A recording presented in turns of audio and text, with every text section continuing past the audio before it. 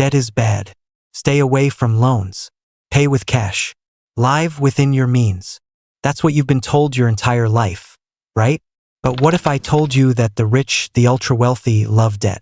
Not just tolerate it, not fear it. They use it to build empires. And the craziest part? They do it while the rest of us drown in it.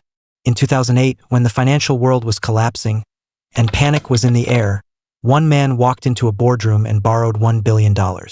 Not to survive the crash, to capitalize on it. Stephen Schwarzman, co-founder of Blackstone, used that debt to buy up real estate, companies, and distressed assets, all at a massive discount. While regular families were losing their homes, he was using borrowed money to buy those homes. That move, it made his firm billions. And it wasn't luck. It was strategy. See, rich people think about debt completely differently.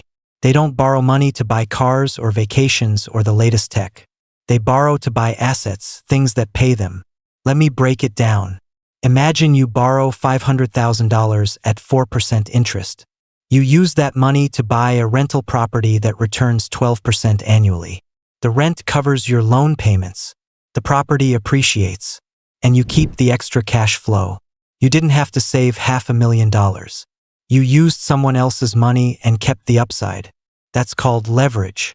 And it's one of the biggest reasons the rich get richer. So the question is, why weren't you taught this? Why does school warn you about credit cards, mortgages, loans? But billionaires are using debt to expand faster than ever. Because the system isn't broken, it's built that way. Banks want people in bad debt, credit card balances, student loans, car payments. That's where they make their money. But for the rich, they hand out low-interest loans like candy to invest in real estate, stocks, businesses. Debt becomes a tool, and it gets better. Here's the 3-step formula the rich use. Step 1, borrow cheap money, debt with low interest. Step 2, use that money to buy cash-flowing assets, things that pay you monthly.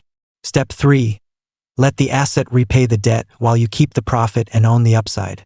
Let's say you take out a loan to buy a duplex. You rent out both units. The rent covers the mortgage. You collect cash flow, build equity, and eventually you own the entire property. That's not risky. That's smart. But there's one move the rich use that's almost unfair and totally legal. Instead of selling assets and paying taxes, they borrow against those assets. Let's say Elon Musk needs $200 million in cash. Does he sell Tesla stock and pay capital gains tax? No. He goes to a bank and says, "Hey, I've got billions in Tesla shares. Let me borrow against them." The bank gives him the cash. No taxes, no selling, just access to money while his net worth stays intact. And because loans aren't income, they aren't taxed. That's how the rich fund their lifestyles. Buy jets, expand companies, without ever cashing out. They don't trade time for money. They don't even trade assets for cash. They use debt to buy time, control, and freedom. The poor fear debt. The middle class uses it to survive. But the rich, they use it to control everything.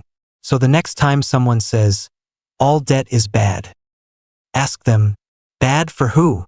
And if you're still trading hours of your life scrolling through other people's success, instead of building your own, watch this next.